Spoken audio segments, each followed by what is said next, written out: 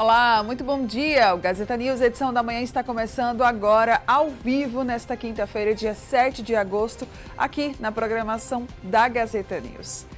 Vamos aos destaques do jornal de hoje.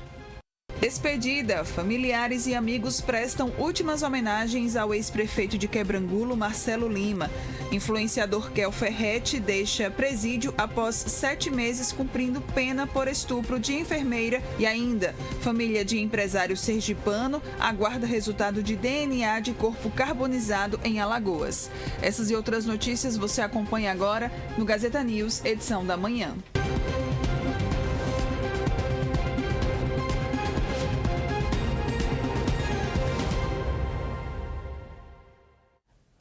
Muito bom dia mais uma vez para você que está acompanhando a programação da Gazeta News. Nós estamos iniciando agora ao vivo Gazeta News, edição da manhã. Obrigada a você que está aqui junto com a gente, nos assistindo, nos acompanhando pelo canal 525 da NET Claro, pelo portal gazetaweb.com. Temos ainda o nosso aplicativo, que é o Mais Gazeta, e também a nossa transmissão ao vivo pelo nosso canal no YouTube, que é o Gazeta News AL, onde você pode se inscrever e ficar por dentro de toda a nossa programação. Lá no aplicativo Mais Gazeta, você vai conferir todas as informações apenas ali na palma da sua mão.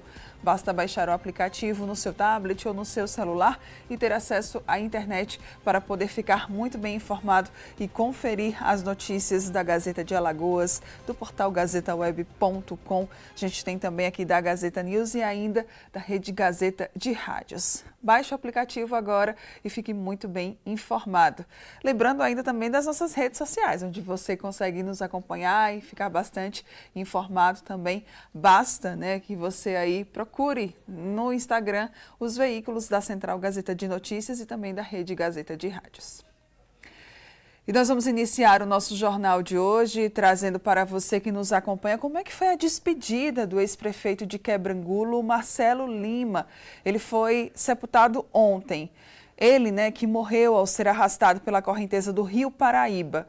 Família, amigos e moradores da cidade prestaram as últimas homenagens ao político que comandou a gestão do município durante 6 mandatos. O dia foi marcado por despedidas na antiga sede da Prefeitura de Quebrangulo, local onde Marcelo Lima esteve durante algumas gestões no município. Moradores da cidade acompanharam o velório numa tenda montada em frente ao prédio. Uma grande fila se formou para prestar as últimas homenagens. Família e amigos estavam emocionados com a recente perda. O pai era isso, era um cara ativo, um cara cheio de vida, que topava tudo, que queria apresentar a cidade dele para o mundo. Ele dedicou a vida a Quebrangulo e ao estado de Alagoas.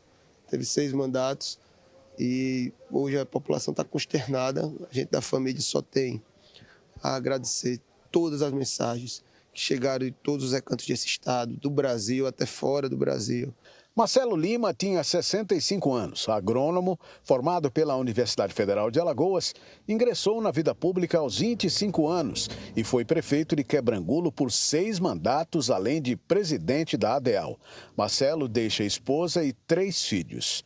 Autoridades lamentaram a morte. Teve muito zelo com a coisa pública, amava Quebrangulo, assim, um amor que dava gosto de ver, Então, um gestor exemplar e que vai de verdade deixar saudades. Quebrangulo, que já é a terra de Graciliano, que é o pai da Lei de Responsabilidade Fiscal, tem mais esse filho que também tem uma coisa toda cuidadosa com a gestão fiscal, que é Marcelo Lima, que vai deixar muita saudade.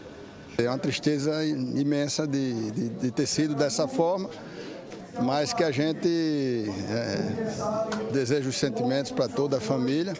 Mas ele deixou um legado, deixou uma história que merece ser propagada e levada adiante, Deixou um livro, tem outro pronto já para ser lançado e, lógico, que a família vai cuidar desse legado, cuidar desse patrimônio, e a Associação dos Municípios Alagoanos está pronta aí para poder sempre homenageá-lo, e torná-lo aí um patrimônio do estado de Alagoas. Primeiro, a minha solidariedade à família. Marcelo Lima foi um grande homem público, foi um grande pai de família, foi um grande amigo dos amigos. Quebrangulo, todo está de luto, e também Alagoas. Foi uma referência da política de Alagoas, um enorme serviço prestado, e pegou todos nós de surpresa nessa tragédia que aconteceu. Temos que estar ao lado da família, prestar nossa solidariedade e que possamos, o desígnio de Deus a gente não tem como, né? Felizmente a gente tem que aceitar. Então eu queixo aqui minha solidariedade em nome da Assembleia Legislativa. O presidente Marcelo Vitor pediu que eu viesse aqui representando a Assembleia e que toda a Assembleia também está enlutada, não só pelo Marcelo, como o nosso querido deputado Davi Maia. Então isso realmente reflete a força e o trabalho dessa família aqui de Quebrangulo. Nós temos e reconhecemos que Marcelo foi um ícone político na região, influenciou vários outros prefeitos, era uma figura muito querida, que tinha na teimosia política a grande virtude dele, todo mundo reconhece isso. Então nós viemos aqui, o governador Paulo pediu que nós viéssemos abraçar a família, entregar ao povo de Quebrangulo todas as nossas condolências e o reconhecimento por todo o serviço prestado por Marcelo ao estado de Alagoas e a Quebrangulo. O acidente aconteceu na tarde da última terça-feira, quando o ex-prefeito deixou a fazenda Bonito pelo Rio Paraíba do Meio, em direção à cidade de Quebrangulo. Foi nessa barragem, no trecho do Rio Paraíba, que o acidente aconteceu. Muita gente presenciou quando o ex-prefeito foi arrastado pela correnteza durante o passeio. Moradores conseguiram retirar o ex-prefeito da água e o levaram para uma unidade de emergência, mas ele não resistiu às consequências do afogamento e morreu. A saída do corpo foi marcada pela emoção. O cortejo percorreu ruas da cidade até a Igreja Matriz, ao som da banda municipal. Quebrangulo vive um momento de luto. Cidade em peso, né? Acabou ali comparecendo essa última, né, despedida ao ex-prefeito Marcelo Lima, familiares, amigos e também diversas autoridades e políticos daqui do nosso estado. Parabéns ao nosso querido Rogério Costa pela cobertura excelente. Nossa equipe de reportagem da Gazeta News, que se deslocou até o município de Quebrangulo ontem e acompanhou durante todo o dia tanto o velório quanto o sepultamento do Marcelo Lima. E mais uma vez aqui os nossos pêsames, os nossos sentimentos, as nossas condolências a toda a família e também aos amigos, né? Agora realmente é tentar seguir em frente. Nossos sentimentos, mais uma vez. A gente segue por aqui trazendo mais informações para você que nos acompanha. A Justiça de Alagoas suspendeu ontem a prisão do influenciador digital Kel Ferretti. Ele foi condenado em abril deste ano, né, relembrando este caso, a 10 anos de prisão pelo estupro de uma enfermeira em uma pousada aqui de Maceió. Esse estupro ele teria acontecido em junho do ano passado. Ontem, em uma audiência, a Câmara Criminal do Tribunal de Justiça de Alagoas também reduziu a pena dele para 7 anos. Então, ele, inicialmente foi condenado a 10 anos, teve a sua pena reduzida para 7. E agora ele vai responder pelo crime em liberdade. No mês passado, o Ministério Público de Alagoas pediu a condenação do influenciador em uma outra ação por suspeita de lavagem de dinheiro. Segundo o Ministério Público, Kel Ferretti liderava uma quadrilha de jogo de azar online, atuando em manipulação de sorteios com outros influenciadores. Além dele, outras 7 pessoas também foram denunciadas no desdobramento da Operação Trapaça. Kel Ferretti, né, como eu falei, estava em prisão preventiva desde o final do ano passado. A defesa informou que continua buscando a absolvição dele e que ele agora vai recorrer, né, do processo em liberdade.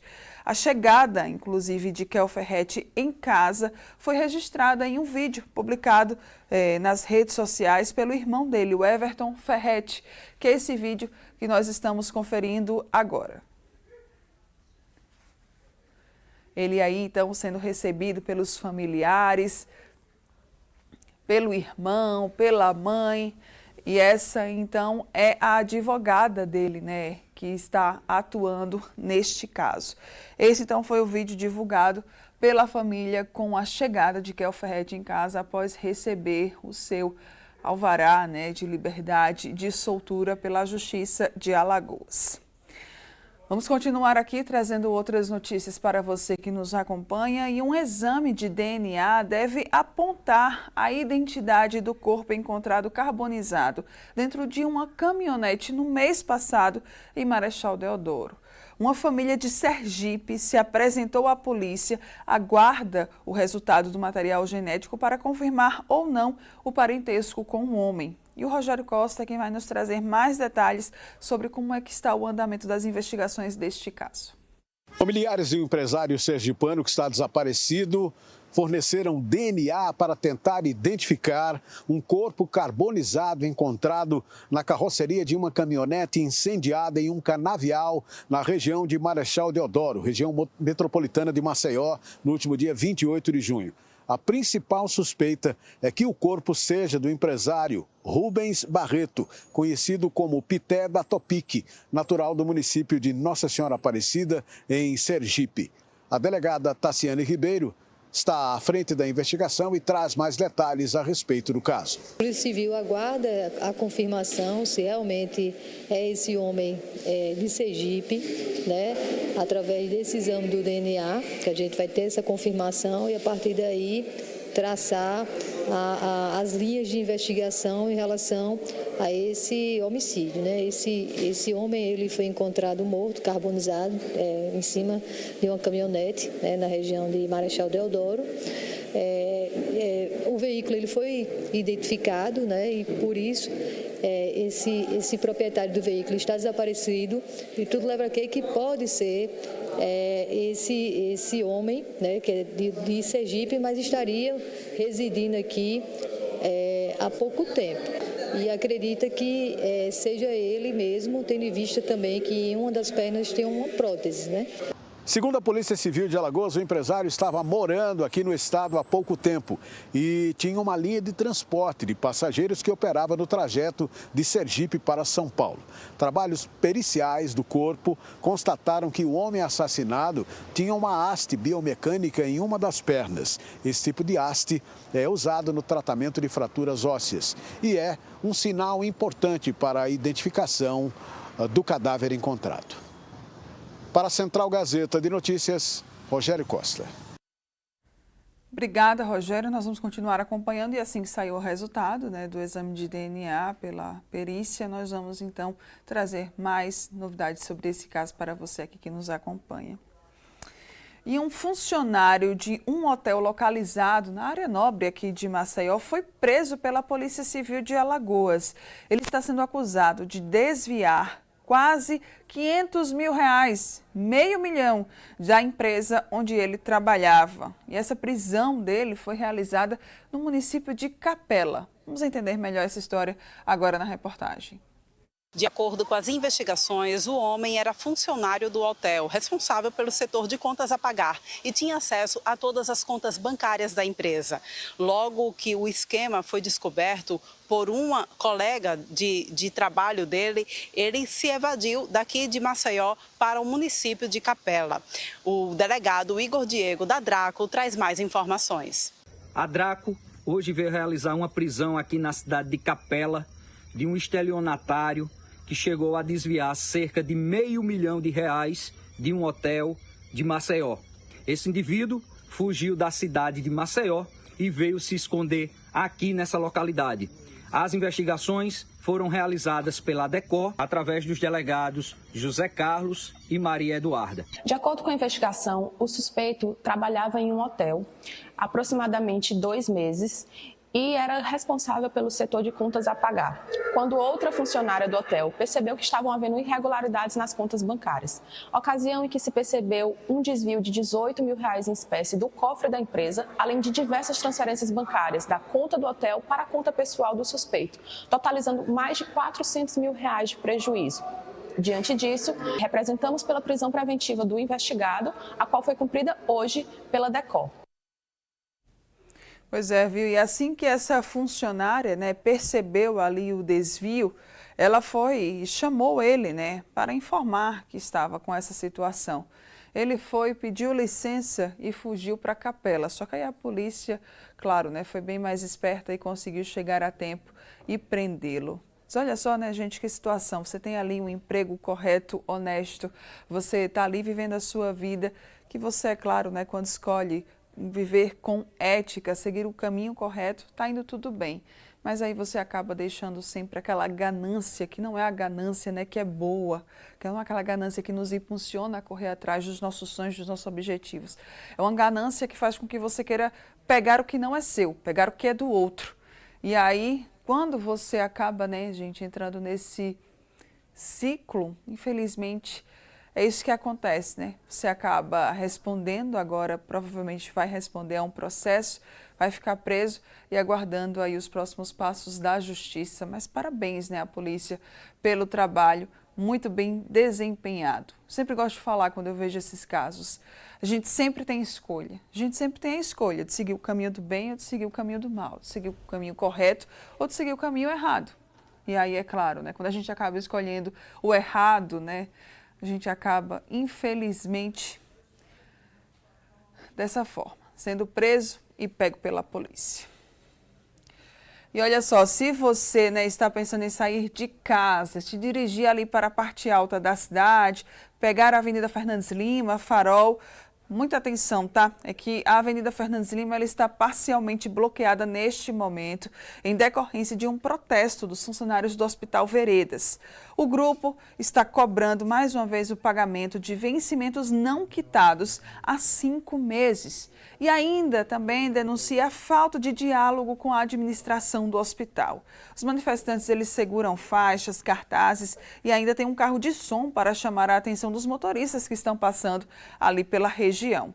O sentido, então, Tabuleiro Centro da via, né, permanece livre.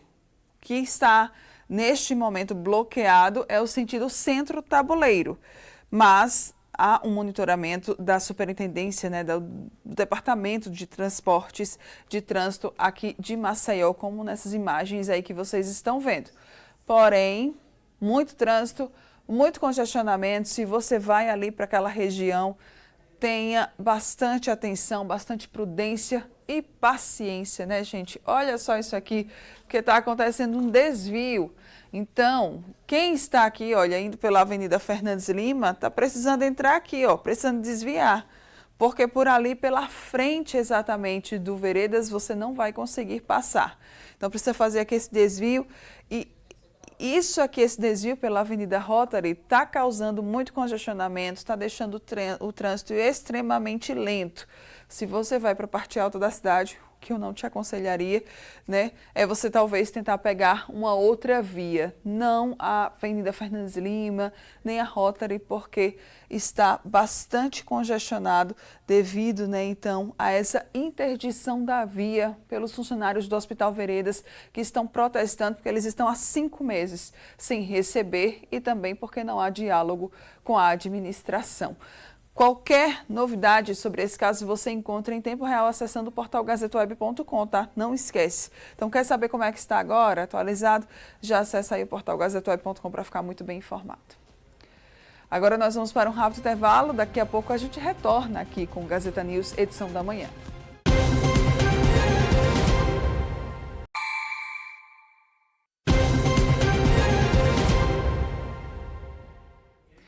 Já estamos de volta aqui com o Gazeta News, edição da manhã, e chegou a hora da gente conferir como é que está o tempo aqui em Alagoas hoje. Já vamos aqui para o nosso telão para a gente poder conferir a previsão do tempo desta quinta-feira, dia 7 de agosto. E olha só, a gente tem aqui Maceió, Litoral, Baixo São Francisco e também a Zona da Mata. Bem, as previsões de temperaturas, elas são as mesmas, tá? Mínima ali de 21 graus e máxima de 27 graus. Porém, há a possibilidade de chuva aqui em Maceió, no litoral e também na zona da mata. Já no Baixo São Francisco, o que deve acontecer é uma variação de nebulosidade. E essa variação de nebulosidade também se estende ali, olha, pelo agreste e ainda pelo sertão. Só que há uma variação também nas previsões das temperaturas dessas regiões aqui do nosso estado de Alagoas. A gente tem no Agreste aqui a previsão de uma mínima de 20 graus, a máxima de 28 graus e já no sertão a mínima ela deve chegar a 19 graus. A máxima também deve permanecer ali em 28 graus. A sensação térmica é que eu já não garanto, tá? Se é essa daqui. Até porque hoje, né, quando a gente saiu de casa, deu logo, né, de cara com aquele solzão bem bonito depois de uns dias de chuva e a sensação térmica ela sempre acaba sendo bem maior do que essas previsões aqui de temperaturas. Mas, é claro, você já está muito bem informado e pode, é claro, conferir também muito mais acessando o portal gazetaweb.com.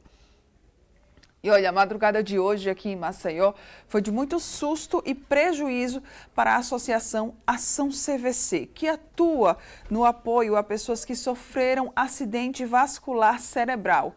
A sede da instituição foi arrombada e diversos equipamentos essenciais para o funcionamento do local, como televisão, micro-ondas, foram levados. Quem esteve lá no local foi o nosso repórter Rogério Costa e ele vai nos trazer agora mais informações. Nossa reportagem está no bairro da Pajuçara. Nós estamos aqui na sede da entidade, da organização não governamental Ação AVC, que foi criada, exatamente concebida para ajudar pessoas que, infelizmente, tenham acidentes vasculares cerebrais e busquem condição de ajuda, né, num espaço criado exatamente para isso. Estou aqui ao lado da Solange Silos, que é a proprietária. Vocês sofreram um ataque de elementos durante a madrugada que invadiram aqui e levaram objetos inclusive muito importantes para o dia a dia da associação? Infelizmente, sim. Hoje era para ser um dia bem feliz, porque nós viemos aqui, abrimos a sede para poder limpar a sala ali do lado, que nós vamos fazer o centro de reabilitação mesmo, a sala de reabilitação. E a gente se deparou com essa situação aqui, entraram, levaram realmente tudo. E o que eu mais acho problemático para a gente é que todos os bens que levaram foram feitos de doações, de patrocínio ou de programas como Nota Fiscal Cidadã. A gente vive disso. Então, é muito complicado para a gente, né? Ter que reaver tudo de novo, esses aparelhos, que pode ser besteira para alguém, mas para nós é fundamental. Uma televisão, um aparelho de multimídia, bebedouro, levaram tudo. Bebedouro, levaram micro-ondas, levaram tudo o que encontraram. Agora, como entraram aqui, já que as portas estavam intactas? Exatamente, nós estamos vendo isso ainda, estamos fazendo o BO. A gente acha que entraram por esta casa aqui do lado e que passaram aqui, tá? E aí eles abriram a porta daqui de trás estava com a chave por dentro. Eu acho que abriram a janelinha e entraram. Mas o vizinho do lado viu, na semana passada, um rapaz entrando na casa deles. E quando a pessoa chegou na cozinha, que é aqui do lado, ele falou assim, não, eu estou só fugindo da polícia, eu vou subir. E aí subiu de novo. Aí não sei se aí ele entrou e quebrou o tanque. A gente não sabe ainda direito como foi essa situação. Tem ideia do tamanho do prejuízo financeiro? Ainda não fiz, mas para nós foi tudo que a gente tinha, né? Como é que surgiu a entidade de vocês? Meu filho teve um AVC com 24 anos, né? E aí a gente fundou desde 2010. Então, a gente tem aqui esse espaço. É para atender quem já teve AVC e familiares, tá? Então, a gente tem grupos de apoio, tem atividades. Agora, nós estamos fazendo a sala de reabilitação, porque a ideia aqui é ter um centro multidisciplinar. E nós estamos agora também organizando o circuito, que é a corrida em prol da campanha da prevenção do AVC. Então, assim, é um momento difícil, porque sabe que corrida é caro, então a gente está com o orçamento apertado, tanto para a corrida quanto para a reforma. Às 5 horas da tarde, a gente ainda estava na empresa ali, ela foi na cozinha, que é igual aqui a parte de trás, é colado na parte de trás, e tinha um menino descendo para entrar na nossa loja. Ele subiu correndo de volta para o telhado. Foi esse que argumentou que estava fugindo da polícia? Ele argumentou que não, falou para si, calma que eu não estou fazendo nada, não vou te assaltar, só estou fugindo da polícia. Eu corri na polícia naquele mesmo dia, a polícia disse que não tinha nenhuma ocorrência em aberto, né? E na segunda-feira pela manhã, a nossa secretária percebeu pegadas, então provavelmente final de semana eles desceram ali, só que na nossa tem alarme. Então ele deve ter tentado entrar na nossa, viu que tinha alarme, saiu e provavelmente veio aqui para o outro lado. Para a Central Gazeta de Notícias, Rogério Costa. Ai, gente, que tristeza, né? Que situação realmente bastante difícil. Você imagina só, né? Infelizmente, é uma associação que não tem fins lucrativos, que visa aí, né, através da conscientização, ajudar outras pessoas, como a Solange, né, estava falando.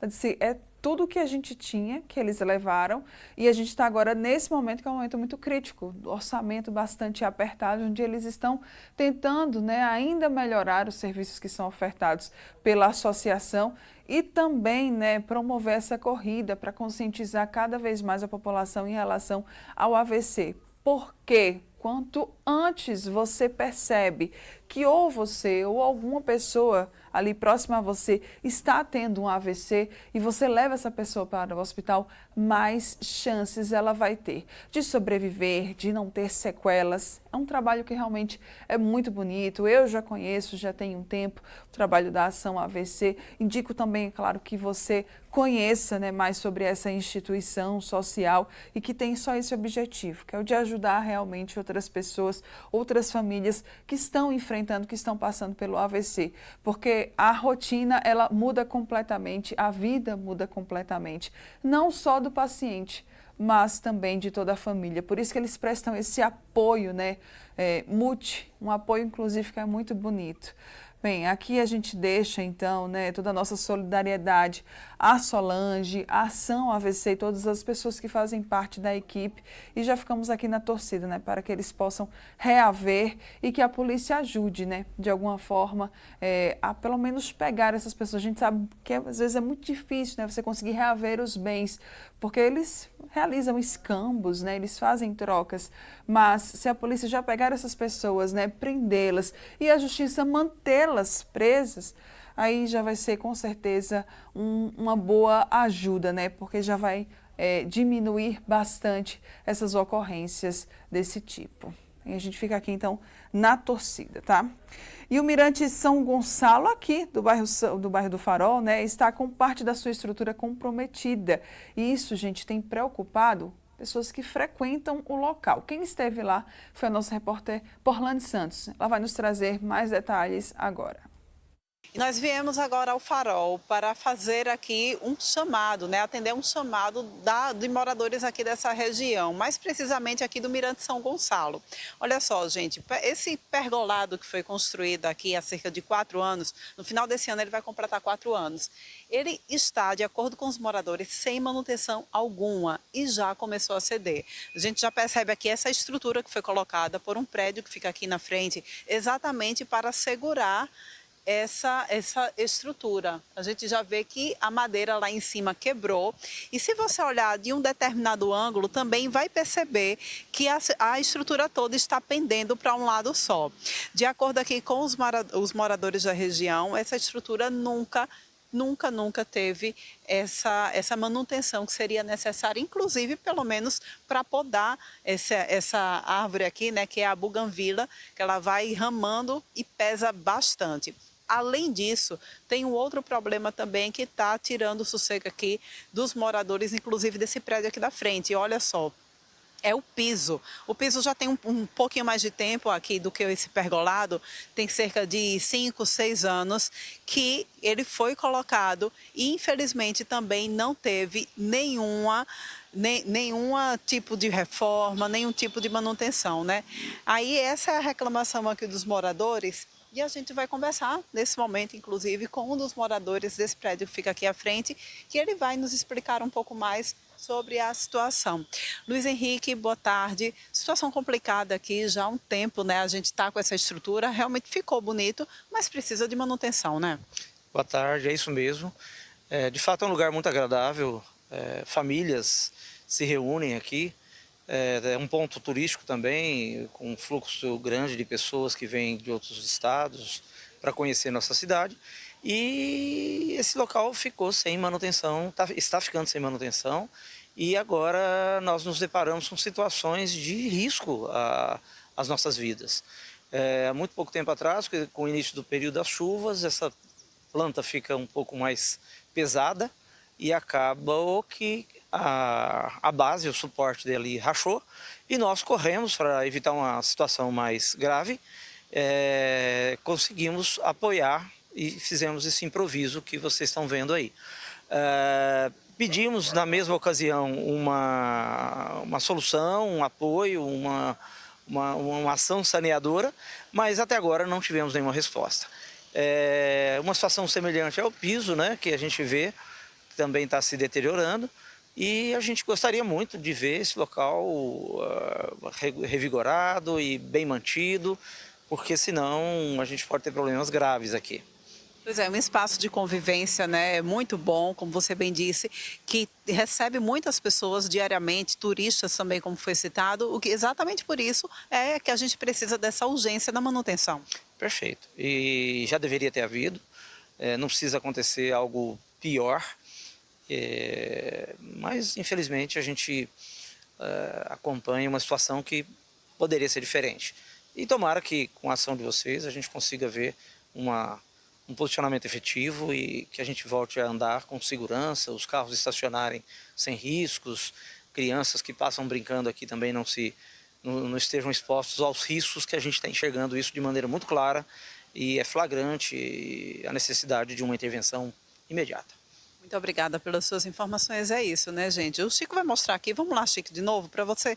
Esse ângulo aqui, acho que a gente consegue ver bem o quanto que todo esse pergolado, ele está, de fato, pendendo aqui para a esquerda, né? Prestes realmente a cair, caso não haja uma manutenção. Isso é urgente, gente. É um local muito bonito, um local muito visitado aqui da nossa cidade, né? Com esse mirante aqui, o Mirante de São Gonçalo. Daqui a gente tem uma visão bonita da nossa praia, um pôr do sol também muito bonito. Exatamente por isso que precisa o quanto antes dessa manutenção para evitar que uma tragédia aconteça. Com essas informações, a gente volta para a Central Gazeta de Notícias. Verdade, né, Porlane? Um ponto turístico, inclusive, né? A gente que trabalha por aqui, que circula por essa região, a gente percebe que muitas vezes, né, acaba se tornando ali um ponto em que os ônibus que circulam com turistas aqui na nossa capital, eles sempre param ali no Mirante, né, por conta de fazer parte do City Tour, né, um ponto já bastante consolidado, onde você consegue ver ali boa parte da cidade e, é claro, né, tem essa visão linda. Então, que as autoridades agora, né, escutem esse apelo aí dos moradores, dos visitantes e que ajudem, né, a achar uma solução para essa região que é tão bonita. Olha, agora aqui no nosso estúdio nós vamos ter a nossa primeira entrevista do dia. Você aí que está nos assistindo é mulher e tem o sonho de empreender, mas você não consegue colocar em prática a realização desse sonho por medo?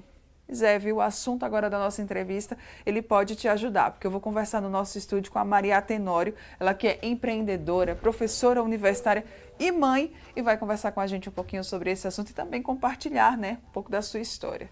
Maria, seja muito bem-vinda, obrigada pela sua participação aqui junto com a gente no Gazeta News, edição da manhã. Esse medo que eu falei no início da entrevista é o que é muito comum, né, nas mulheres principalmente. Eu acho que a gente tem um medo também de errar, né, a gente não quer errar. Oi, Mara, muito obrigada, né, por terem me recebido aqui. E sim, é verdade, toda mulher, e eu acho que homens também, né, mas principalmente mulheres, têm muito medo de empreender, porque além de empreendedoras, nós temos que ser mãe, dona de casa, esposa, filhas também, porque também somos filhas. E isso amedronta um pouco outras mulheres, né? Então, é sim, verdade. Verdade. Você compartilha, né, a sua história para inspirar muitas dessas mulheres. Então, vamos aproveitar para contar um pouquinho agora. Você saiu de um burnout, é isso mesmo? E aí, através desse burnout, você sentiu ali o impulso para empreender. Conta para a gente melhor essa história. Isso, eu tive um burnout, que é uma exaustão, não é? O burnout, ele vem de uma série de fatores, né? Não é um ponto exclusivo. Então, eu cheguei nesse limite, eu fui obrigada a parar, Mara, porque a gente sempre quer ser forte, forte, forte, não é? E nem sempre a gente é tão forte assim, nosso corpo tem limite, então eu tive esse limite. E a gente, desculpa até lhe interromper, demora a aceitar isso e entender esse limite, né? Ainda tem isso. Perfeito. Eu aceitei por conta da terapia, não é? E do acompanhamento psiquiátrico e médico. Sim. Então, eu fui obrigada a dar uma pausa realmente, né?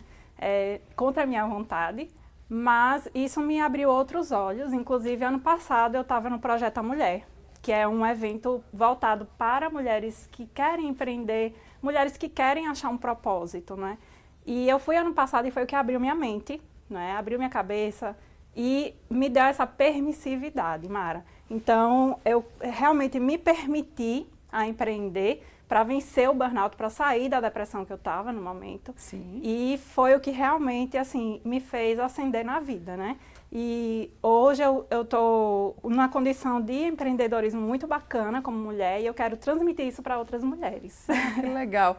Uma mulher agora que esteja nos assistindo e que tenha essa vontade de empreender, qual que é o primeiro passo que ela deve dar? O que é que você diria para essa mulher? Olha, mulher, permita-se. É o primeiro passo. Então, é você se permitir, né? Às vezes a família fica um pouco ali, não. Mas, assim, a partir do momento que a gente se permite, tudo começa a fluir, não é? Então, a gente não tem tempo certo, não tem hora certa.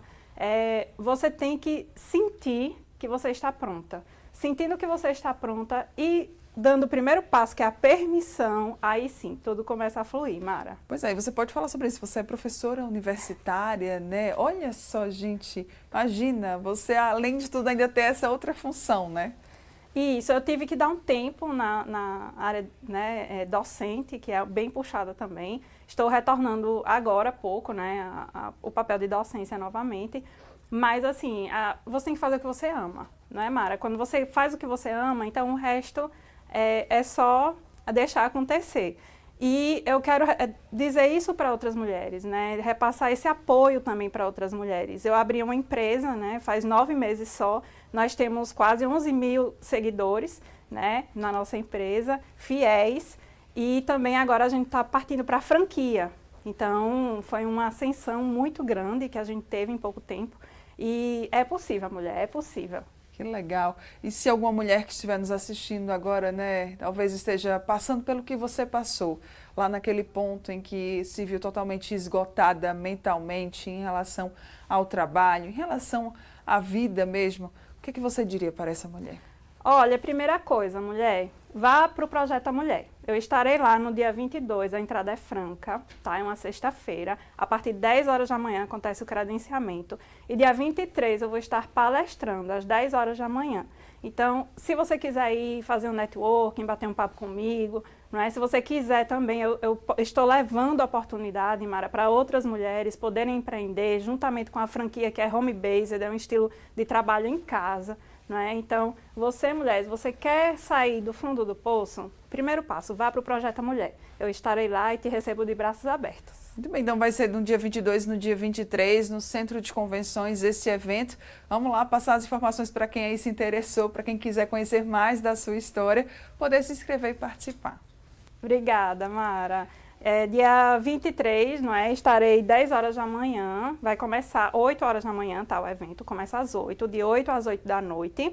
Então, eu estarei lá 10 horas da manhã como palestrante, não é? O tema da palestra é da plateia ao palco, não é? Então, realmente deu boom no Projeto A Mulher. Você estava na plateia, eu estava na plateia, passado. Assim, em depressão, Mara. Eu estava em depressão com uma filha pequena de 2 anos para cuidar, que é difícil. É uma casa para dar conta, não é? E mulher, é isso, não é? Ser mulher é difícil. Sim, a gente é multi, né? Não tem pra onde. É multi, não é? Mas a gente tem que superar, não é, Mara? A gente tem que superar. Então, te espero no Projeto A Mulher. Vai acontecer o dia inteiro, das 8 da noite das 8 da manhã, desculpa, até as 8 da noite. Eu estarei lá com vocês, com outras mulheres incríveis, outras mulheres maravilhosas, com histórias de superação também, não só a minha. Mas convido você não só no dia 23, mas no dia 22 também, um dia antes, na sexta-feira. A gente vai estar lá conversando, batendo, né, um papo, vai ser o lançamento da revista DUI. Então, a gente tem outras histórias incríveis de superação, mulher.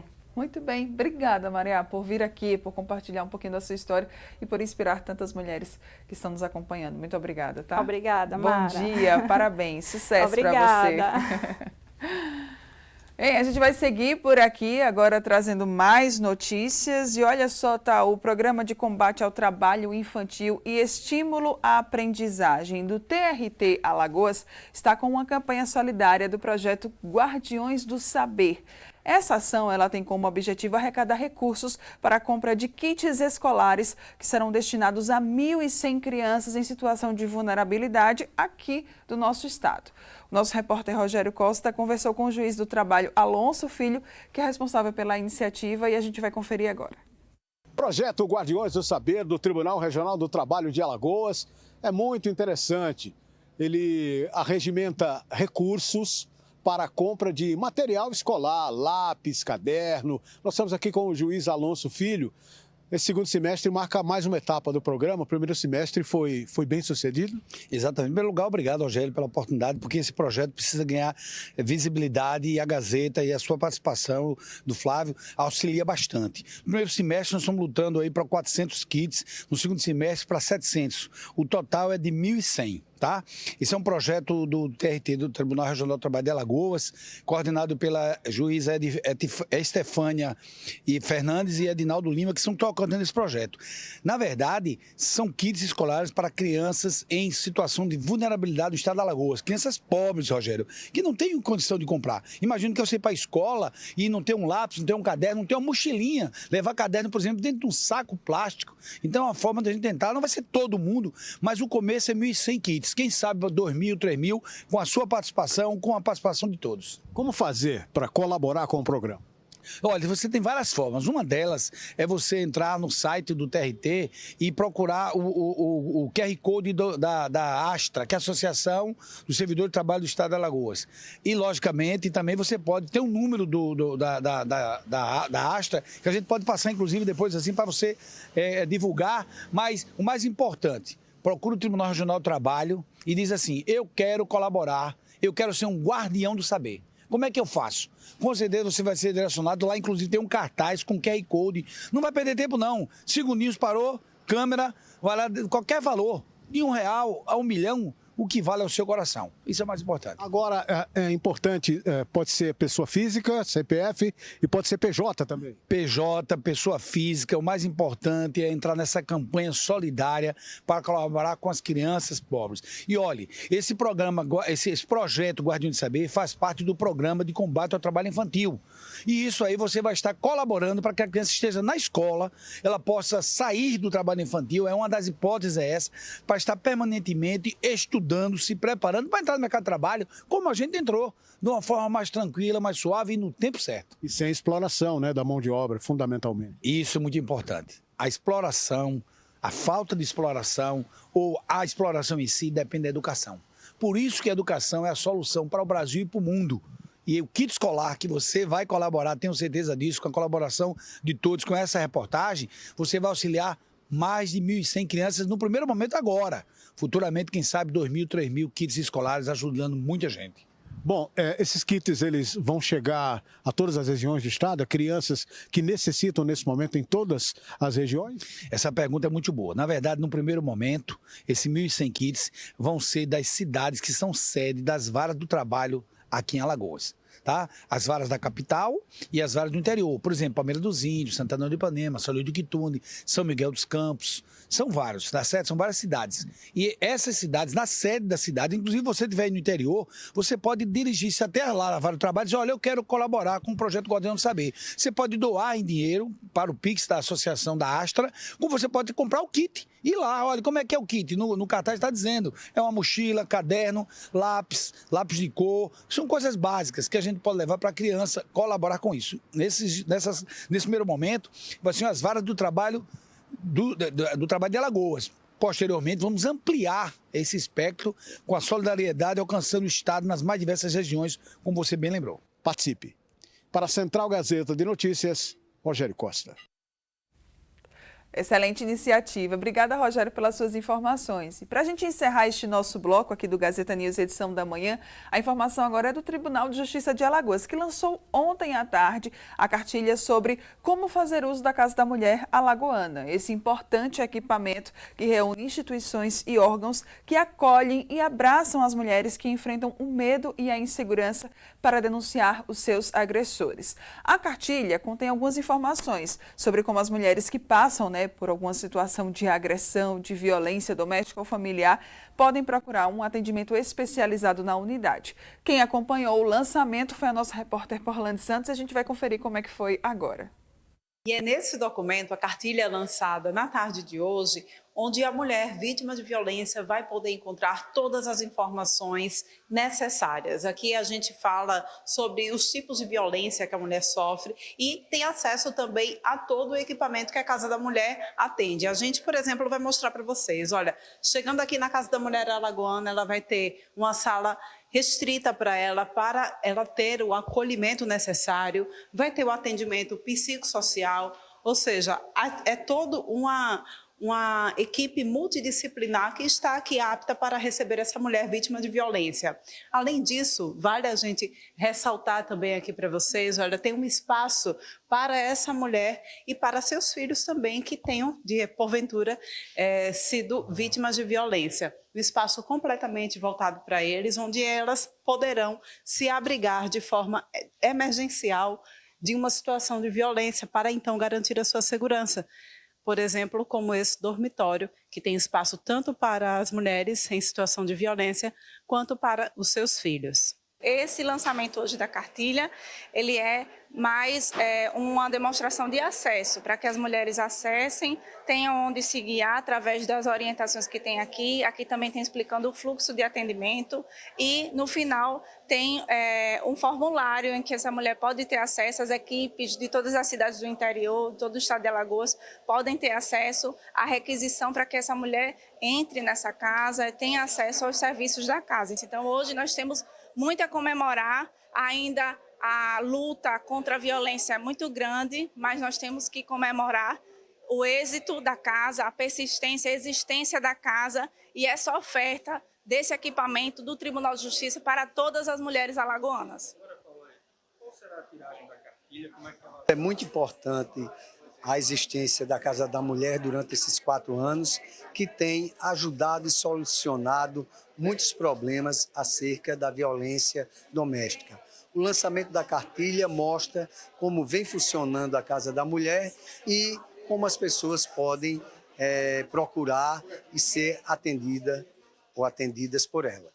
Quando a gente montou a Casa da Mulher, a gente tinha dúvida se era um projeto que, enfim, ia ter sequência, né?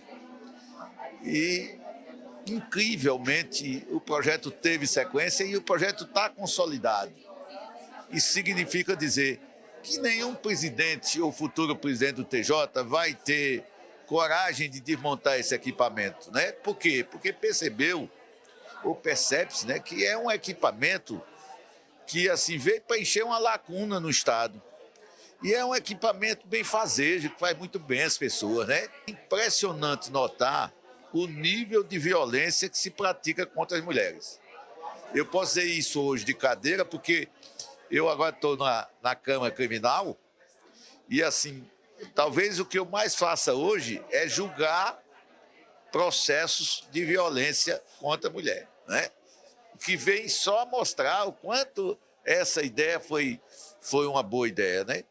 Essa cartilha que a gente lança hoje é uma cartilha que reforça essa ideia, né? Vai distribuir para a mulher saber que, ainda quem não sabe, né, que a casa existe, que a casa está aí para protegê-las, né? Que precisa ser reforçada, né? E assim por diante. Pois é, né? Muitas pessoas às vezes nem sabem que existe esse equipamento e olha, ele faz a diferença na vida de muitas mulheres. Agora nós vamos para um rápido intervalo, daqui a pouco a gente está de volta e no próximo bloco tem música, tá? Aqui no Gazeta News, edição da manhã. João Calabá está chegando e vai nos contar tudo sobre o seu novo show que vai ser apresentado na próxima sexta no Cine Arte Pajuçara. Eu volto já.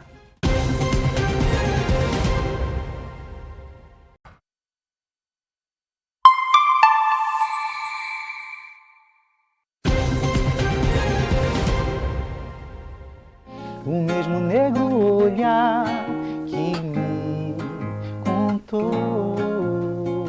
O seu mover é paixão, é sol, é fogo. Meu bem chegou tropical, tal qual verão. Ai, que lindo. Dá nem vontade, né, de pedir para eles pararem. Sejam bem-vindos. Obrigado. João Calabar, Bosco, obrigada pela presença de vocês. Bem-vindos à nova casa, ao novo cenário. Obrigada pela 2 presença. anos depois voltando. 2 anos depois, voltando, pois é.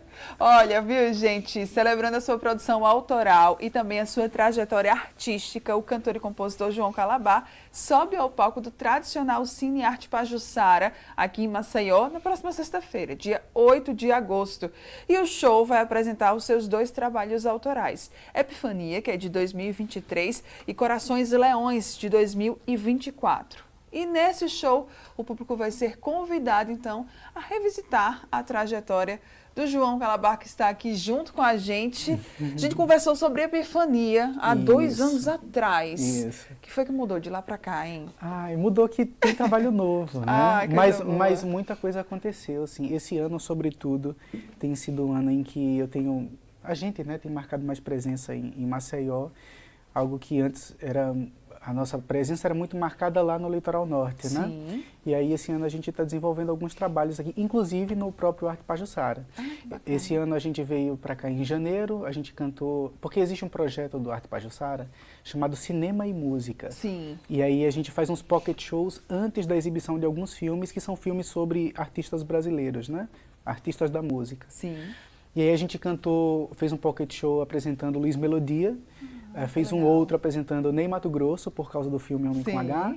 E agora, recentemente, teve um documentário do Cazuza, a gente fez também um show do Cazuza.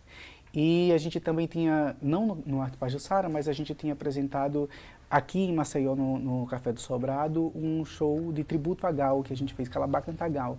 Então, esse show que vai acontecer amanhã lá no Arte Pajuçara, ele, além de apresentar as coisas autorais de Epifania e Corações Leões, também vai apresentar algumas coisas desses shows. Nós fizemos esses shows de tributo. Ah, que legal. Vai reunir, então, realmente a sua trajetória, né? Exatamente isso. Vai celebrar, né? Acho que essa aqui é a palavra. Vamos relembrar um pouquinho, resumidamente, falar sobre Epifania e sobre Corações Leões. Tá. Epifania foi um trabalho de 2023, é um EP de 4 canções, né? E foi o meu primeiro autoral, assim, foi um desafio fazer, mas foi muito bonito. Eu tenho um respeito e um carinho muito grande por Epifania. A gente só fez um show para esse EP, que foi inclusive o show que a gente falou no Bem Assim à época. Isso, exato. E esse outro trabalho, Corações Leões, que é o mais recente, ele traz outras narrativas. Enquanto a Epifania era muito ligada à coisa da cultura, à coisa das minhas referências artísticas, Corações Leões ele tem uma abordagem sobre o amor, assim, a partir da minha perspectiva, né? Então foi um álbum que a gente dividiu em 2 metades, lado A e lado B, porque o lado A ele fala do início do amor e o lado B ele fala da crise do amor. E aí... Profundo, isso, resumidamente. Eu gosto bastante desses 2 trabalhos. Era isso que eu ia perguntar, assim, também, sabe, João, para você. Se colocar, né, nesses álbuns, se abrir, é algo que é difícil ou é algo que é mais fácil para o artista? Ai, para mim, Epifania foi muito fácil, sabe? Epifania surgiu da época que eu estava fazendo o meu TCC, né? Eu estava escrevendo sobre a identidade de Alagoas. E aí, Epifania é um reflexo disso. Com certeza. Hoje eu olho para trás e vejo que é um reflexo desse momento. Então foi muito fácil cantar Epifania. Mas Corações Leões eu estou muito vulnerável, imagina. E aí eu compus Corações Leões, eu gravei, eu lancei, mas eu ia cantar Corações Leões e eu me sentia travado, eu me incomodava cantando. Sim. E aí eu faço análise há 3 anos, né? Eu levei para análise para saber o que era que estava rolando, assim. Porque existia, né, essa trava. E aí eu descobri que era porque, no processo de composição, eu me coloquei muito vulnerável nas canções. E vulnerabilidade é algo que a gente apresenta para os amigos, para as pessoas que são mais íntimas, mais próximas mesmo. E agora imagina você falando da sua vulnerabilidade para as pessoas que estão ouvindo você. E aí pessoas que você nem conhece. Não era simples, sabe? Então, esse show agora, Corações Leões foi lançado o ano passado. De lá para cá eu trabalhei melhor a ideia de cantar essas canções de Corações Leões. Sim. E vai ser mais fácil cantar amanhã. Vai ser muito mais fácil, com certeza. Bem, vamos trazer então aí mais um trechinho para a gente deixar, né, quem está aqui nos assistindo já na vontade. Também trazer aquele spoiler que eles vão encontrar. Chama O Dia em que Você Quase Foi Embora. Tá.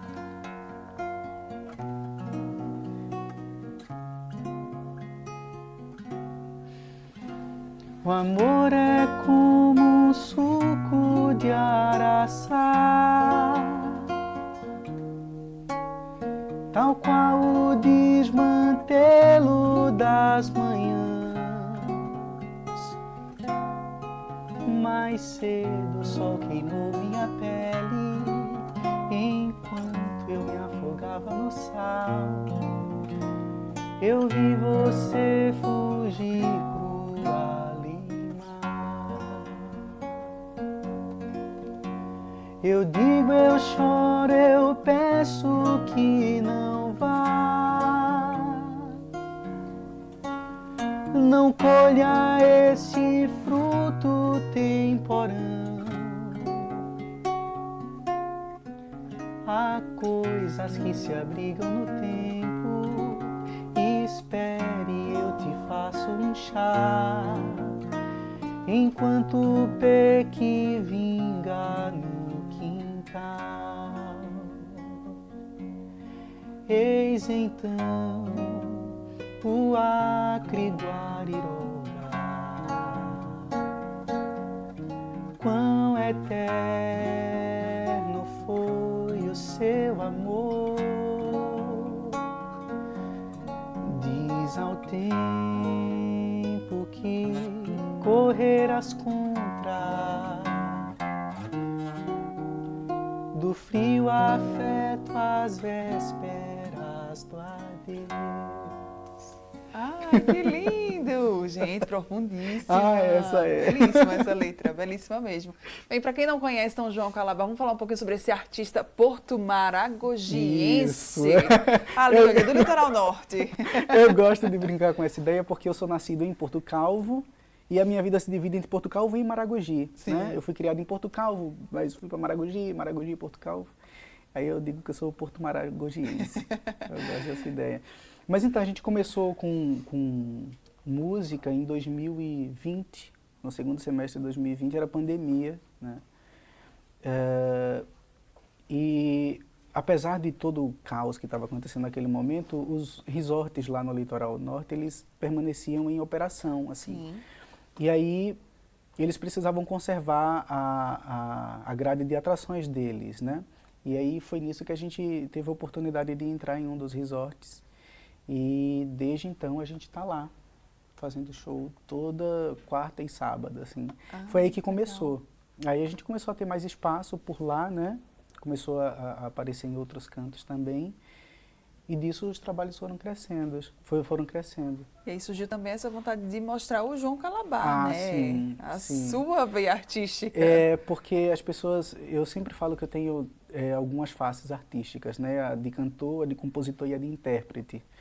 E aí nos resorts a gente mostra mais a face do intérprete, que é mais fácil de captar a atenção das pessoas, né? Sim. Cantando canções que já fazem parte do imaginário dessas pessoas. E aí não é um lugar onde a gente costuma explorar muito as canções autorais, porque, imagina, são canções que as pessoas não têm muita identificação, né? Então, captar a atenção delas para aquilo é muito mais difícil. E aí foi nisso que o trabalho autoral apareceu, e esse trabalho autoral trouxe outras portas, né? E outros lugares e outros palcos. Maceió, inclusive, é um dos lugares onde esses palcos aparecem, assim. Que venham mais palcos, né? Axé. Bem, João, vamos então convidar o pessoal, porque você pode ter a oportunidade de conferir esse trabalho pessoal, né, artístico do João, realmente de conferir ali o lado dele autoral. Por favor, vamos lá convidar o pessoal. Vamos. É ali que eu falo? É aqui, ó, nessa daqui. Maravilha. Amanhã, 7 horas, lá no Arte Pajuçara, a gente tem esse encontro marcado para acontecer. Está muito especial, está muito bonito. O Bosco vai estar no violão e no baixo, Kleber Rafael na guitarra, Alisson Paes na bateria, Dinho Zampier nos teclados. Está muito bonito o show, está muito especial. Classificação livre, 1h30 de show, viu, gente? Exatamente. Vai ser muito, muito, muito especial. Apareçam, apareçam. E os ingressos? Através do meu Instagram, clicando lá no Instagram, pesquisando por João Calabar, sem ponto, sem traço, sem nada, é muito fácil encontrar. Vocês vão encontrar o meu perfil, clica na bio, tem um linkzinho e lá vocês conseguem acessar os ingressos muito facilmente. Muito bem. Para a gente encerrar, podemos ter música? Agora, vamos lá.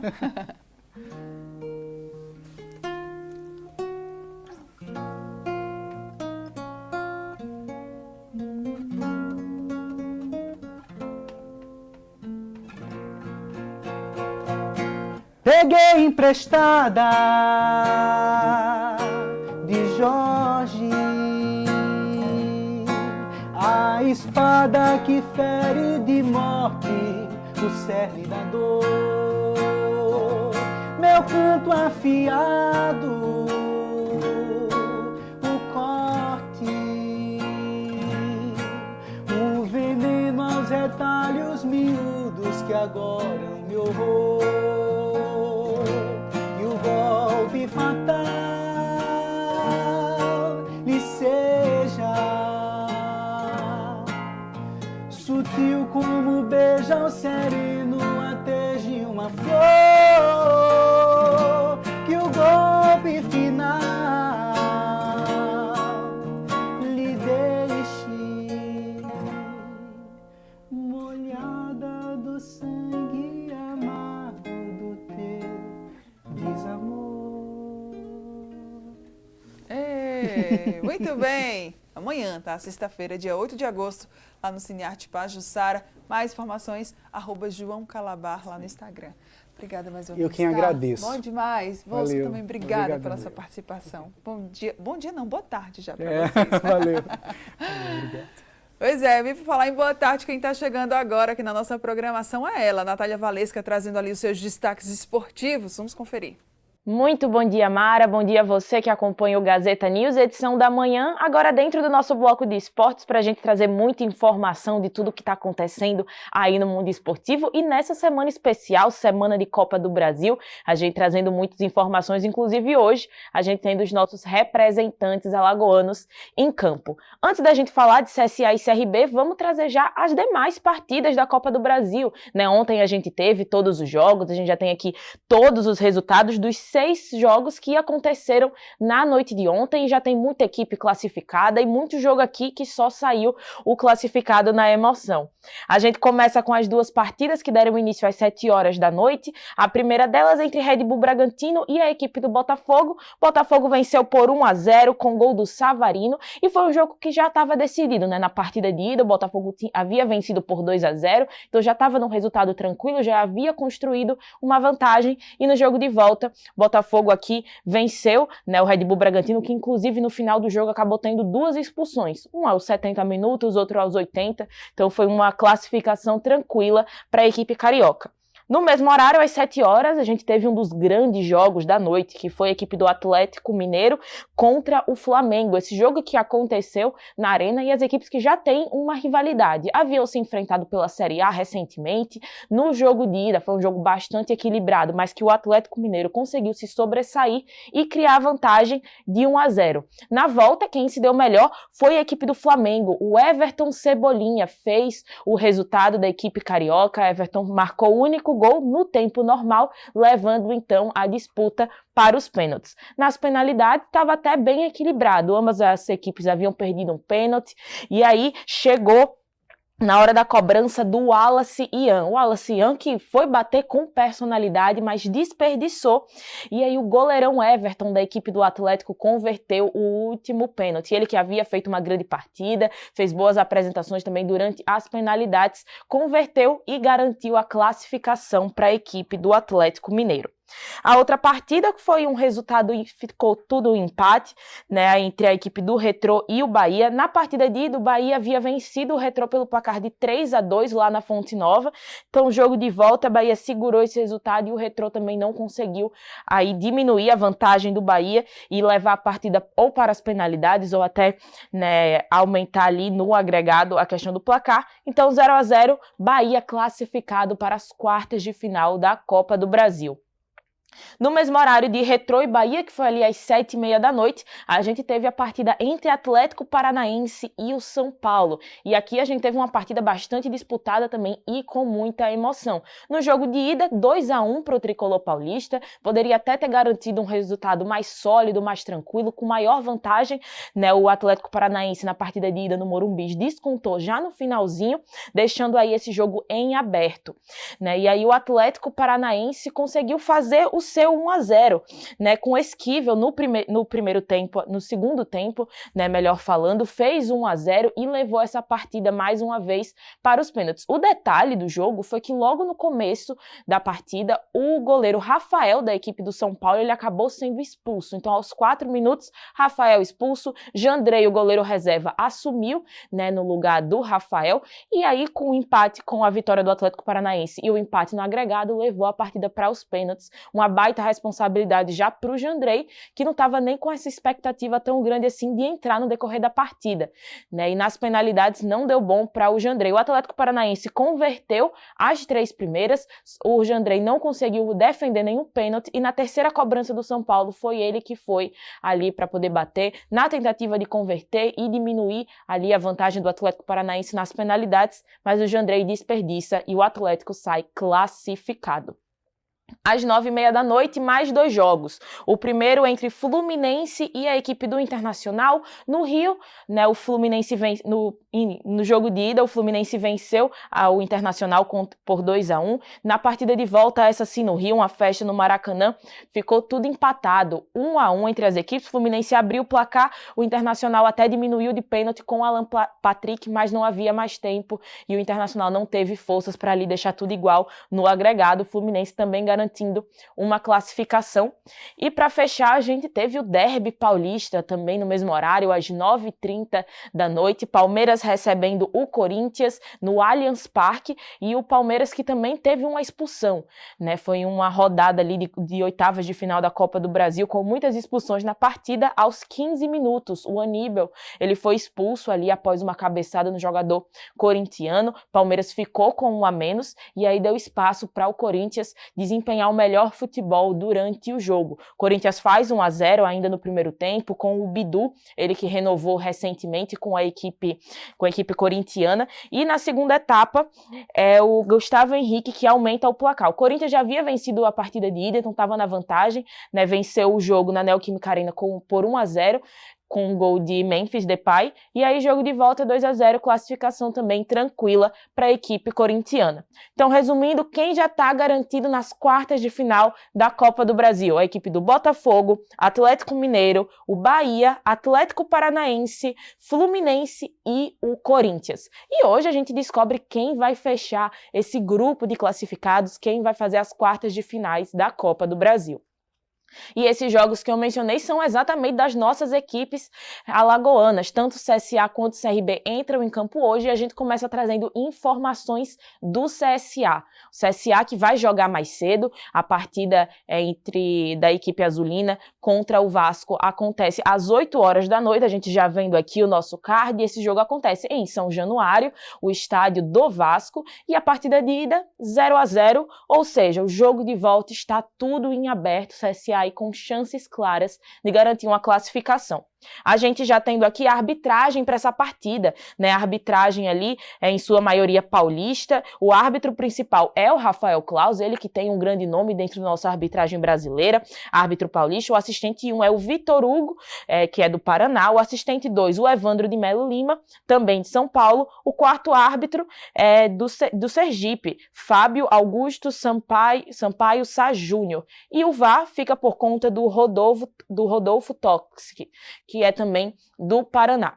Vamos trazer também alguns melhores momentos da partida de ida, né, que o CSA disputou contra a equipe do Vasco. A gente já vendo aqui lances tanto do primeiro quanto do segundo tempo entre esse jogo, entre CSA e Vasco, que aconteceu no estádio Rei Pelé na semana passada, contou com uma grande festa da torcida azulina no maior palco de futebol do estado de Alagoas, e a gente teve um confronto bem equilibrado. Era um Vasco que ditava, né, que tinha um controle ali da partida, teve grandes chances durante todo o jogo, mas foi um CSA que ao mesmo momento que se defendia muito bem dentro de campo, também teve chances claras. Então, o Thiago Marques desperdiçou grandes chances, o Silas também e o próprio Baianinho acabaram desperdiçando grandes chances para a equipe azulina. Então, o CSA hoje tem essa missão, né, de fazer uma boa apresentação e, quem sabe, arrancar uma classificação. Vai ser um jogo difícil, o Vasco também chega pressionado, afinal, a equipe carioca vem de uma derrota no Brasileirão da Série A contra a equipe do Mirassol pelo placar de 3-2, Vasco jogando fora de casa, e agora chega com essa pressão. Tem todo o quesito financeiro por trás, é um auxílio também que vai ajudar o Vasco nesse segmento de temporada. A equipe ainda passa ali por problemas, por pressões, então ambas as equipes, tanto o Vasco quanto o CSA, enxergando aí com bons olhos essa classificação. Vamos trazer agora o nosso outro representante alagoano, a equipe do Clube de Regatas Brasil, agora CRB, jogando em casa, recebendo a equipe do Cruzeiro no estádio Rei Pelé às 9 horas da noite. E assim como o CSA, o CRB na partida de ida segurou, né, o seu adversário e ficou no 0-0. Mais um confronto aqui que a gente vê que está tudo em aberto. A gente já vendo aqui lances, né? O Thiaguinho nesse momento no lance, o Fagner também, a gente vendo ali o Éder Militão, essas são imagens da partida de ida que aconteceu lá no Mineirão, e o CRB também chega, né, com essa vantagem, com essa possibilidade de surpreender a equipe do Cruzeiro, que diferente do Vasco, né, o Cruzeiro vem vivendo um bom momento. Apesar de teve um período ali de oscilação no Brasileirão da Série A, não conseguiu performar, né, um futebol tão vistoso assim, não conseguiu superar a equipe do CRB no Mineirão. O CRB estava com uma defesa muito bem postada, né? Foi com esse principal objetivo de segurar realmente a Raposa, né, lá no Mineirão. Então agora a gente tem essa responsabilidade dentro do estádio Rei Pelé. Vai ser um CRB que a expectativa é sair mais para o jogo, né? Afinal já conseguiu segurar a partida lá, agora vai estar jogando em casa com o seu torcedor.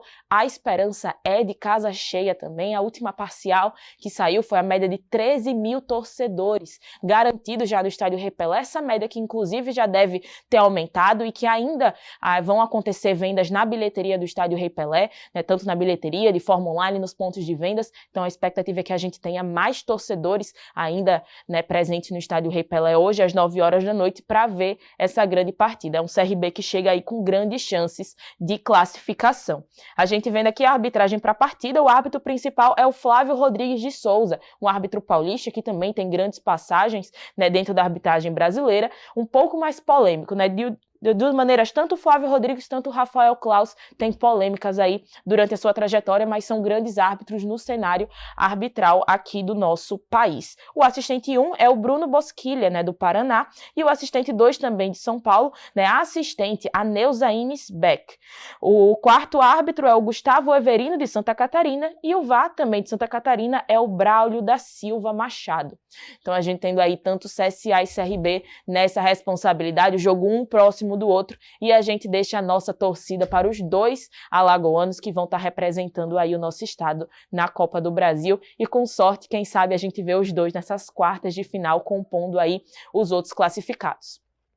Eu faço agora aquele convite para você, se você quiser ficar muito mais informado, ver mais informações tanto de CSA, tanto de CRB para essa partida, sobre os adversários também dessas equipes alagoanas e até sobre outros clubes, tudo com mais detalhes do que aconteceu nesses outros jogos da Copa do Brasil, sobre outros esportes.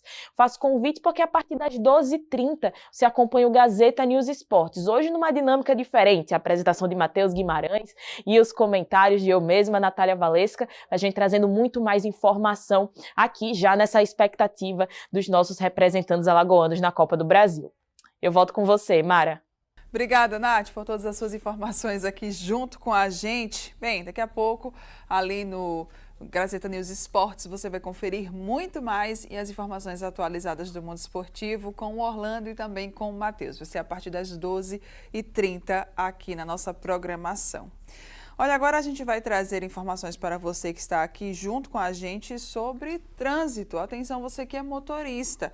É que o acesso ao bairro Gruta de Lourdes pela via lateral do Sam's Club será fechado hoje e amanhã para a realização da poda de árvores. Essa medida ela foi informada pelo Departamento Municipal de Transportes e Trânsito aqui de Maceió, e o fechamento ele estará acontecendo entre às 8 da manhã e às 17 horas da tarde. 8 da manhã e 5 da tarde. Então, com o bloqueio, o motorista que faz o retorno na Avenida Fernandes Lima pela alça do Ibama e quer acessar a Gruta de Lourdes, deve seguir pela alça até a Avenida Pau Brasil, que é a via lateral do Açaí. Na sequência, ele deve então acessar a Rua Professor Graça Leite pela rotatória. a rua Doutor Abelardo Pontes Lima e entrar à esquerda na rua Fernando Júnior, lateral da Algás. Então, você que circula ali, né, por aquela região do Farol, deve ficar bastante atento, tá, a essa mudança do trânsito. Hoje e amanhã, esta via aqui, olha, onde esses carros eles estão entrando, que é a via que dá acesso ao bairro Gruta de Lourdes pelo Sam's Club, ela será interditada. Por que, Mara, que vai acontecer? Bem, aqui nesta via irão acontecer algumas podas de árvores. Então, por isso, para a segurança dos pedestres, dos condutores, o DMTT decidiu interditar esta via. Mas isso vai ser para sempre? Não, calma, só hoje e amanhã, nesta quinta e nesta sexta. Qual o horário? Das 8 da manhã até as 5 horas da tarde. Depois, o trânsito ele fica liberado. Então, se você precisa, né, desse acesso aqui, você deve procurar uma outra alternativa, que seria logo após aqui, tem uma rua ali também no Açaí, né, logo após o Sam's Club, que você também pode entrar e então conseguir chegar até a Gruta de Lourdes. Essas são as informações para você que está aqui junto com a gente. Vamos seguir? Olha só, agora a partir deste momento vem muita informação, tá, do nosso bloco de polícia e também do interior do estado, para você que está aqui junto com a gente ficar muito bem informado. Um adolescente de 13 anos morreu após ser alvejado com disparos de arma de fogo ontem à noite, na quarta-feira, dia 6 de agosto, no trevo que dá acesso ao Fórum da cidade de Igaci. Esse adolescente ele foi identificado como Luiz Fernando Firmino da Conceição. Quem vai nos trazer mais detalhes agora é o repórter Marivaldo Vitor sobre esse caso. Voltamos para falar com informações do Instituto Médico Legal da cidade de Arapiraca. E desta vez, para falar de um homicídio que aconteceu na cidade do Igaci, no agreste do estado de Alagoas. No início da noite de ontem, um jovem de apenas 13 anos, identificado como Luiz Fernando, foi morto a tiros em uma das principais entradas daquela cidade. O fato aconteceu nas proximidades do Fórum da comarca de Igaci, bem pertinho do CISP daquela cidade. Elementos chegaram e executaram esse garoto, deflagraram vários tiros. Luiz Fernando chegou a ser socorrido, foi levado até a unidade de emergência em Arapiraca, mas não resistiu aos ferimentos e foi a óbito. No local, uma cena desoladora. Familiares, amigos e moradores daquela região estiveram e presenciaram esse garoto de tão pouca idade, agonizando, vítima de disparos de arma de fogo. A Polícia Civil já começou as investigações e agora busca em câmeras de segurança daquela região e pede para que a população também possa ajudar informando através do 181, denunciando quem cometeu esse bárbaro crime contra um garoto de apenas 13 anos na cidade de Igaci, aqui no agreste do estado de Alagoas. Se você tem alguma informação, pode ligar 181. A sua identidade será mantida no mais absoluto sigilo. Informações de populares dão conta de que Luiz Fernando praticava ou estava sendo denunciado de alguns atos infracionais naquela cidade. Porém, nada vai justificar a morte desse menino de apenas 13 anos de idade. Com imagens e apoio técnico de Wellington Lino, para a Central Gazeta de Notícias, reportagem Marivaldo Vitor. Que tristeza, né? Você pode então contribuir reforçando aí esse apelo do Marivaldo, denunciando para o 181. Você pode entrar em contato com esse número, é da polícia, denúncia totalmente anônima e o sigilo, ele também é garantido a quem faz a ligação. Passa a tua informação, às vezes é uma informação que para você pode ser boba, mas para a polícia ela pode ajudar ali, né, eles a fecharem esse caso. 181, esse é o telefone. gente continua ainda trazendo notícias do interior do estado aqui para você que está junto com a gente. Aqui no Agreste, em Arapiraca, um homem foi assassinado a tiros em um posto de combustíveis. Isso aconteceu no bairro Caetitus, lá da capital do Agreste. O Marivaldo também é quem vai nos contar mais detalhes desse caso agora. Voltamos para falar de um homicídio registrado na madrugada de ontem, no bairro Caetitus, aqui em Arapiraca, quando um homem abastecia sua moto nesse posto de combustível, ele ao lado de dois primos, quando de repente surgiu um carro. Desse carro desceu uma pessoa e efetuou vários disparos em um homem identificado como João Vitor, de 26 anos de idade. João Vitor não teve chance de ser socorrido, foi fatal. Momentos após esse episódio acontecer, eis que surgiu mais dois indivíduos em uma motocicleta. Chegaram de pronto e aí levaram a moto do rapaz que tinha sido abatido a tiros. Essa moto foi levada com eles, que tomaram destino ignorado. Uma guarnição da Polícia Militar, pertencente ao 3º Batalhão, que patrulhava toda essa área, fazia o seu trabalho, foi informado de um suposto homicídio registrado no bairro. Quando os policiais chegaram nesse posto de combustível, constataram o fato. João Vitor, o homem de 26 anos, já estava em óbito. Os policiais isolaram a área e aí acionaram o Instituto de Criminalística, a Polícia Civil e o Instituto Médico Legal para as providências cabíveis. Por aqui, as pessoas não querem falar, não se sabe muito, porque os frentistas que estavam de plantão na madrugada já saíram mais cedo, não quiseram falar.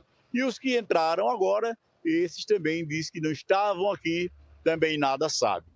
Sabe-se que, exatamente nesse posto, pela madrugada, aconteceu um homicídio e foi ceifada a vida de um homem de 26 anos. A Polícia Civil já começou as investigações e apela para que quem souber de alguma informação que possa ajudar a polícia a encontrar esses acusados desse homicídio, que ligue para 181. As causas e as motivações que levaram a esse crime serão investigadas pelas autoridades competentes. Com imagem e apoio técnico de Wellington Lino, para a Central Gazeta de Notícias, reportagem Marivaldo Vitor. Obrigada, Marivaldo, pelas suas informações aí do interior do nosso estado. A gente segue por aqui, está trazendo mais notícias. Agora da área policial. Olha só, um homem foi preso, suspeito de agredir a própria filha, de apenas 6 anos, no município de Taquarana. A prisão ela foi realizada após profissionais de uma escola onde a criança estuda perceberem marcas de agressão no rosto da menina. E ao ser localizado, esse suspeito ele ainda tentou reagir, viu? E questionou o porquê que ele estava sendo preso. Porém, logo ele foi encaminhado para a delegacia. Gente do céu, se não fossem esses profissionais da educação, né? Como será que essa menina, ela certamente no futuro, né, poderia ficar com muito mais marcas de agressão. E essas agressões a gente sabe que elas não são apenas ali no campo físico, né? Elas têm marcas físicas, mas também tem marcas que a gente não enxerga, que são as marcas psicológicas. Então, que trabalho excelente desses profissionais da educação de perceberem o que estava acontecendo com essa criança de apenas 6 anos. Uma criança de 6 anos. Então já correram, denunciaram para a polícia e a polícia também rapidamente fez o seu papel, né? Já prendeu este homem que ainda ficou questionando por que ele estava sendo preso. Olha só, ainda tentou reagir. Que absurdo, gente. Bem, a Polícia Civil de Alagoas, né, informa o desaparecimento de Luan Aleph da Silva Nunes, de 18 anos. Ele foi visto por último na manhã de ontem no bairro da Serraria, aqui em Maceió. De acordo com informações repassadas pela mãe dele, a Rosemary Valentim da Silva, o jovem tem aproximadamente 1,88 m de altura e apresenta transtornos mentais, além de deficiência auditiva. Segundo o relato dela, o Luan saiu de casa sem informar informar o destino e foi visto pela última vez por um colega do pai nas proximidades do antigo Ecoparque, aparentando estar em crise devido ao seu transtorno mental. Ele estava sem camisa, vestindo uma bermuda vermelha e descalço. O jovem não possui telefone celular para contato. A Polícia Civil, por meio da Coordenação de Pessoas Desaparecidas, já está acompanhando esse caso. E se você tiver informações que possam ajudar na localização do Luan, por favor, entre em contato com a Coordenação de Pessoas Desaparecidas. Tem os contatos aqui, olha, agora aparecendo aí na sua tela. O da Coordenação de Pessoas Desaparecidas é o 829-8878-8897. Tem também ainda o Disque Denúncia, onde você consegue, passar a sua informação, que é o número 181. A polícia ela já está por dentro desse caso. E também tem um contato direto da mãe, que é a Rosemary, onde você pode entrar em contato através do número, de DDD 82 994 20 2171. Lembrando que o sigilo ele é garantido em todos os canais. Não precisa passar nenhuma informação sua. Basta apenas ligar e informar, olha, eu tenho aqui notícias do Luan Aleph, o jovem que está desaparecido, a gente viu essa informação em tal lugar. Pronto, você vai passar o que você sabe para a polícia e já vai ajudar bastante. Tenho certeza, até acalmar um pouco o coração dessa mãe que deve estar desesperada. E para a gente então encerrar aqui o nosso jornal de hoje, a nossa edição do Gazeta News Manhã, nós vamos encerrar com uma história emocionante. Aqui um casal do Rio de Janeiro está mostrando nas suas redes sociais a jornada de amor e acolhimento que fizeram para buscar 3 irmãs no município de Teotônio Vilela, aqui no interior de Alagoas. Bem, eles já são pais da pequena Maria Luísa, que tem paralisia cerebral. E agora eles aumentaram a família com a chegada das Marias. Da Maria Fernanda, da Maria Valentina e da Maria Cecília, através da adoção. A gente vai conferir esse vídeo agora. A gente está saindo do Rio de Janeiro para ir para Alagoas para buscar as nossas filhas. Falar isso alto é muito loucura. É muita loucura. A gente está saindo do nosso estado com uma filha e quando a gente voltar para cá, a gente vai ter 4. Doideira demais. A gente não faz ideia do que vai ser. Verdade é essa. A gente teve 10 meses para se acostumar com essa ideia de que a gente teria 3 filhas a mais. Eu pensei em tudo de ruim que poderia acontecer. Eu ouvi todas as histórias tristes que as pessoas me contaram. E foram meses de muita dúvida, muita angústia. Isso não é, eu quero, não quero. Eu acho que agora eu tô sentindo só alegria. Tô com muita saudade. A gente tem feito videochamada. Não tô pensando no trabalho, na despesa. Não tô pensando nisso agora. Eu só tô pensando que eu quero buscá-las, que eu quero que elas venham felizes, que eu quero que elas se sintam seguras, que eu quero que elas se sintam muito amadas, que elas se sintam muito pertencentes à nossa família. Só pensando, tá com todos os documentos, tudo certinho, tudo liberado. Eu fico pensando nisso, tem que estar tudo certinho.